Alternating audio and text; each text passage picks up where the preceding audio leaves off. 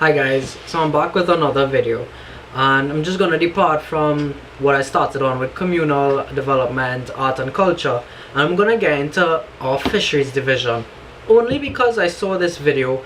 I think most of us saw the video with the pregnant shark being slayed by a local fisherman in Tobago, which led me to think, what is our fisheries division really doing about our oceans and our marine life? Like, how are they policing it? Are they monitoring it? So that's what this video is gonna be on today.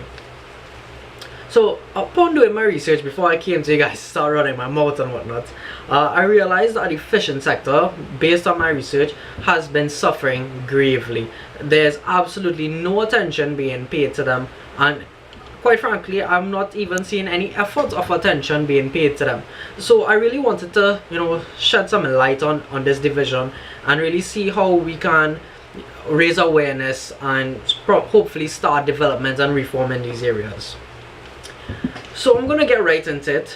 Why don't we have joint initiatives with our Coast Guard to utilize their boats in terms of targeting, monitoring and effectively enforcing new initiatives between our Fisheries Division and our Coast Guard? We're already paying salaries for our Fisheries Division, and quite frankly, I'm not seeing value for money. Absolutely nothing is being done. So as well as we already pay the Coast Guard to do what, I have no idea, but we have foreign nationals invading our borders at the south, and no one is necessarily being caught. Now I can't say that our Coast Guards aren't doing their jobs. They could very well be doing their jobs, just not to our knowledge. But I'm just saying that we could get more value for money out of them by doing these joint initiatives. So while trying to find any initiative, any initiative that the ministry had put into place, all I found was maybe one or two tabs on the ministry's website under agriculture with regards to our fisheries division, and mostly dealing with registration of vessels, VAT, taxes, duties, etc. I found more initiatives, actually. Surprisingly, I found more initiatives being done by an NGO, a non-governmental organization, if I remember correctly, called Fishermen and Friends of the Sea. Now, they are targeting devastated areas with drone monitoring and have absolutely no idea what our ministry is doing. So I would just like to take this moment to personally thank Mr. Abood and his team for the relentless efforts in targeting our marine life. It's definitely way more than our ministry and fisheries division is doing, and I really want to applaud you guys for all the hard work that you're putting in. It's really amazing, and I'm telling you, I spent a couple hours combing through their sites, their pages, and it's amazing how much work these guys are doing. When I couldn't even find a tab or two in our ministry, no vision, no mission, no initiatives, no nothing. So that was really disappointing to start with. Now, with that being said, obviously I need to put in my 2 cents, as always, but I came up with a few ideas that can develop and promote sustainable growth in the sector.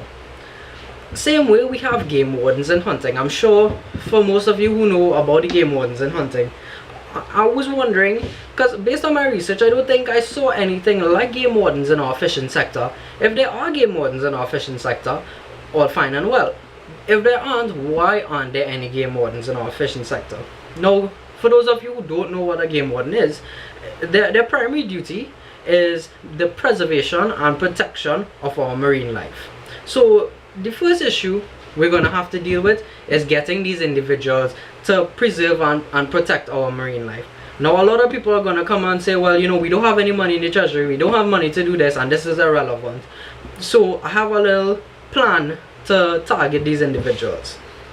The first issue we're going to have to deal with is funding, because their duty requires regular patrols of the areas, whether it's on foot, by boat, or by air.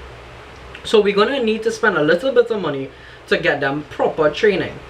But this leads back to my initial point: joint initiatives with our Coast Guard. We can utilize their boats, utilize their helicopters, and they'd have now, the Coast Guard would have their relevant skills and training in order to arrest and detain individuals in violation of these initiatives. So it's a two-pronged approach. We are being able to monitor and really patrol our oceans, monitor what's going on, as well as, you know, we can detain and arrest individuals who are in violation or doing stuff to harm our ecosystems. Now, with that being said, we need stricter regulation for all our boats, all our boats, but in particular our fishing boats. Now, I'm not going to get into the issue of national security as yet. I'm going to try and remain on our Fisheries Division, but this is also an issue of national security. So we need to stop this carefree behavior, this free-for-all that, you know, God will supply kind of thing, and start really enforcing specific type catching only. The oceans, at some point in time where you keep draining, its supply is going to run out, and we cannot afford for our oceans, our Caribbean waters, to run out on us. And you're not just going to throw a net and be able to pull 20 different kinds of fish up, mostly premature, and think it's okay. No, there need to be serious reprimand, serious consequences for doing such things, and those who caught should be fined, and not fined lightly, fined heavily, because you as fishermen, you as people of the sea out there know, or you who are carrying people out there knows what is right and what is wrong.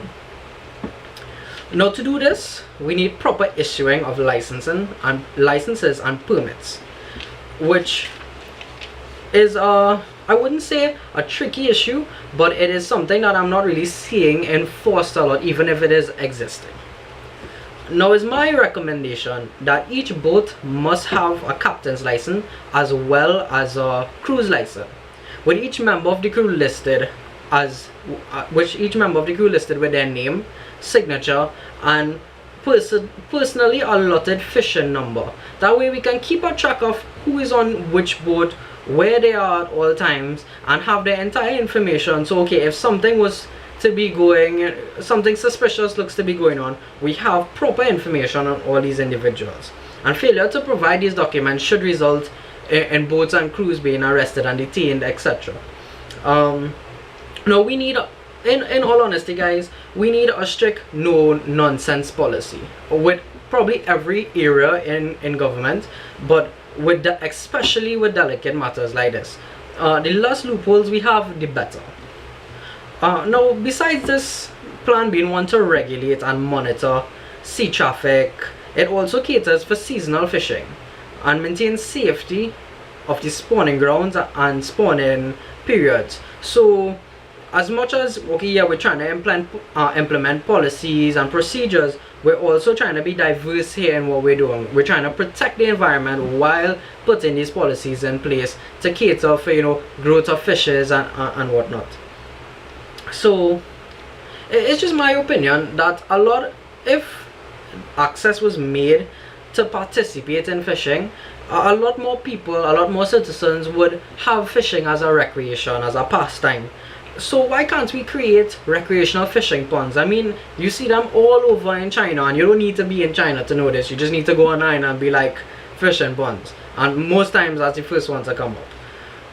But we're gonna supply these fishing ponds with controlled fishes provided from the ministry. So you're not gonna have endangered species in these ponds, you're not gonna have premature fishes in these ponds, you're gonna have a controlled species where little kids, fathers, sons, daughters, mothers, families could go spend time together, you know, experience what it is to fish. Yeah, it may not be like, you know, you're out on the open waters, but for kids it's good, and it's part of that growth with family and development, which leads back to my, you know, first video, I believe. Also, the implementation of these recreation ponds would eliminate what I like to call bridge fishing, where you're passing on the road most times in a vehicle, and on the side of the road you see some guys sitting on the concrete slabs with a line over in the water below. Now, yeah, it looks all fun and nice, but it's extremely dangerous, not only to the individuals in the vehicle, because we all know the conduct of most individuals that do this, but it is extremely dangerous to the individual themselves. What if an accident was to occur on the road and a driver probably pulls to avoid and kills a a person on the side, it is very dangerous, and we need to cut down on these things. So with the implementation of recreational ponds, we should hopefully, not have any of these dangerous things going on. And with the implementation now of these recreational ponds, we would call them hobbyists. So these hobbyists now would have to obtain a permit to participate in these facilities, which the cost would be minuscule, but it's just really something to keep our monitor and keep our track on how many patrons, who is fishing, whatnot in the area, so we can get proper statistics. And these permits should be able to be bought anywhere, anytime. It really shouldn't have much restrictions. Like, you should be able to go to lots of booths, you should be able to go to any bill payment centers, any groceries, and purchase these permits. So that's really an idea I think we could use. It could boost tourism, it can boost family life, family morale. It gives us something extra to offer in the country while maintaining our waters. Now, most of us are aware of tilapia farming. So me personally, I like to eat shrimp, right? So I was like, how come we don't farm shrimp? Because it's something a lot of people like, fried shrimp, curry shrimp, but you don't really hear about shrimp farming. So why can't we get into shrimp farming? Move away from the usage of the nets.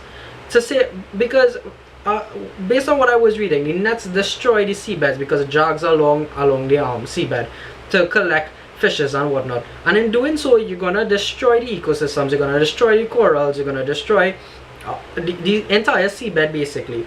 So we can save the seabed while still supplying and fulfilling demand. And here's the best part: the government doesn't actually have to do this. We just need to start the initiative.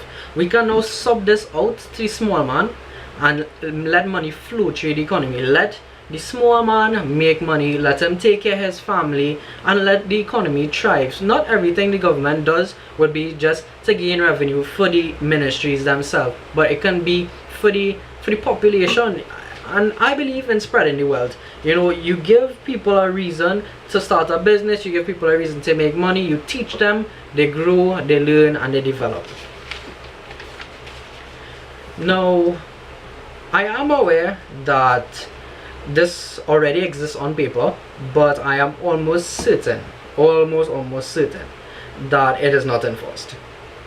So size restraints on catching fishes. If I'm not mistaken, I believe kingfish, you can't catch anything smaller than 9 inches. That would be deemed a premature fish. But I'm quite sure you open the coolers of a lot of fishermen and you're gonna see smaller fish in there.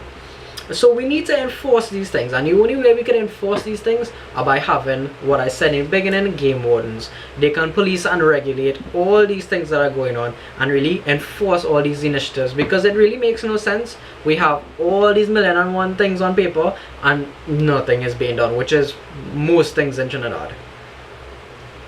Now with net fishing, I mentioned just a few minutes earlier, what exactly is the status of our reefs? How many of our reefs are dead? How much are dying? How much are damaged? Right? And why do we not try to encourage artificial reefs? Okay, yes, our reefs are dead and dying, but are we gonna just sit here and lament about how sad it is? No, we need to start taking proactive steps, start being proactive. So we can implement artificial reefs. It creates new fishing locations, right? It allows the fish population and the coral population to replenish itself. It improves obviously the marine life, and not to mention it can be used as a big source of tourism. We can have charters on it, etc. So why do we not implement things like these? Same way you and I are watching this video and we can come up with these ideas. Why are we paying an entire fisheries division and seeing absolutely no progress? There's no excuse for it, none whatsoever. Now with our reefs dying, do we have really any idea what's going on with species that are becoming endangered? Are we dealing with the protection and the rehabilitation of these species? And if we're not, then why? Are we gonna sit and wait until they're close to endangered and die, and then be uncontrollable about it and wish things were different and hope we could bring them back? I don't agree with that, and I don't operate in that manner. We need to be able to protect and rehabilitate these species before we even reach close to the extinction point. And bringing back again my first video on mental reformation, we need to change our way of thinking, start being more proactive, stop waiting for master to crack the whip to tell us to do something, and get our ideas together, get our feet on the ground and start doing stuff. Now, I would like you guys to do some research for me, especially in the fishing community, because you guys, I mean, you know your stuff. When last have you seen saw-nose sharks in Trinidad waters? Do they still even exist? And if any of you guys could show me a living, not a dead, a living specimen, I would greatly like to see that. And because I think they are one of the endangered species that, if not endangered, is extinct. Now, with that being said, research aside, why can't we train our local fishermen on proper fishing methods and strategies and ways to fish? Not leaving anyone behind. Yes, we move forward, but it doesn't mean we need to leave our population behind.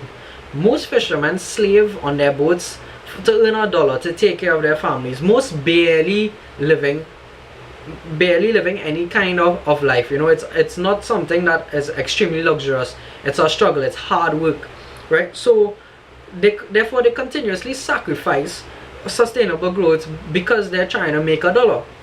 Now, people need to live, right? And you can't blame people for trying their best, especially in these hard economic times, for living. But you can educate them. You can educate people and make them aware of dangers, and how and what they're doing is actually not really benefiting them short term, but it will damage and probably kill their trade in the long term. So it's really not to their benefit that they continue doing these things. And people aren't stupid. You educate people, you show them what you know is the right thing and what is actually going on there, they're going to listen.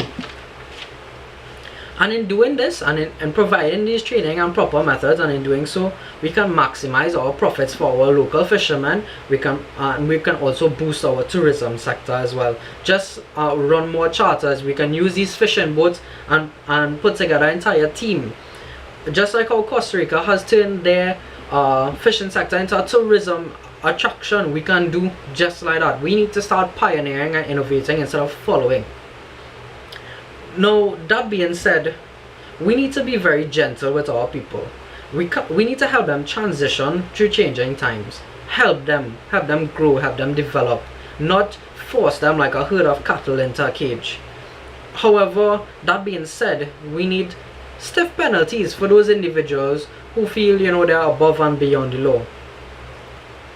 Our nation's waters are extremely rich and plentiful, and I cannot stand by idly and wait for our reefs to be destroyed and our beautiful marine life to be killed, especially due to commercialization, unregulated commercialization and ignorance. So I want to take this opportunity, guys, to really call on any animal activist rights groups, any marine life groups. Just hit me up. Let's see how we can work together and really do something to make a difference, to benefit our marine sector, our fisheries division. Now, I really hope this video struck a chord with you guys, because I see a lot of things going on and a lot of people turning blind eyes. But every part of our sector is important, not only oil and gas. Every sector is important, and it's time we start shedding light on the areas that need development. And I hope everyone in the fishing community and everyone outside of the fishing community can see the importance of this video and really open our minds to see what we can do and how, if we can stop some of our destructive habits. So I really want to thank you guys a lot for watching. I really appreciate if you guys would share this video and, you know, tag people who may be interested in it and really help get this word out there. But I think together as one people, trying to put Trinidad on the map and trying to make our country better, trying to bring us forward, I think we can really do this. And I want to really applaud you guys again for all the support you guys have been given, all the recommendations. I really want to thank you guys. I can't express enough how grateful I am. So thanks very much for everything you guys are doing, and I'll keep doing what I'm doing. Again, any information you want to give me, just hit me up. Feel free to message at any time, a day, night, whatever. Just feel free to hit me up and we can make this work. Thanks, guys.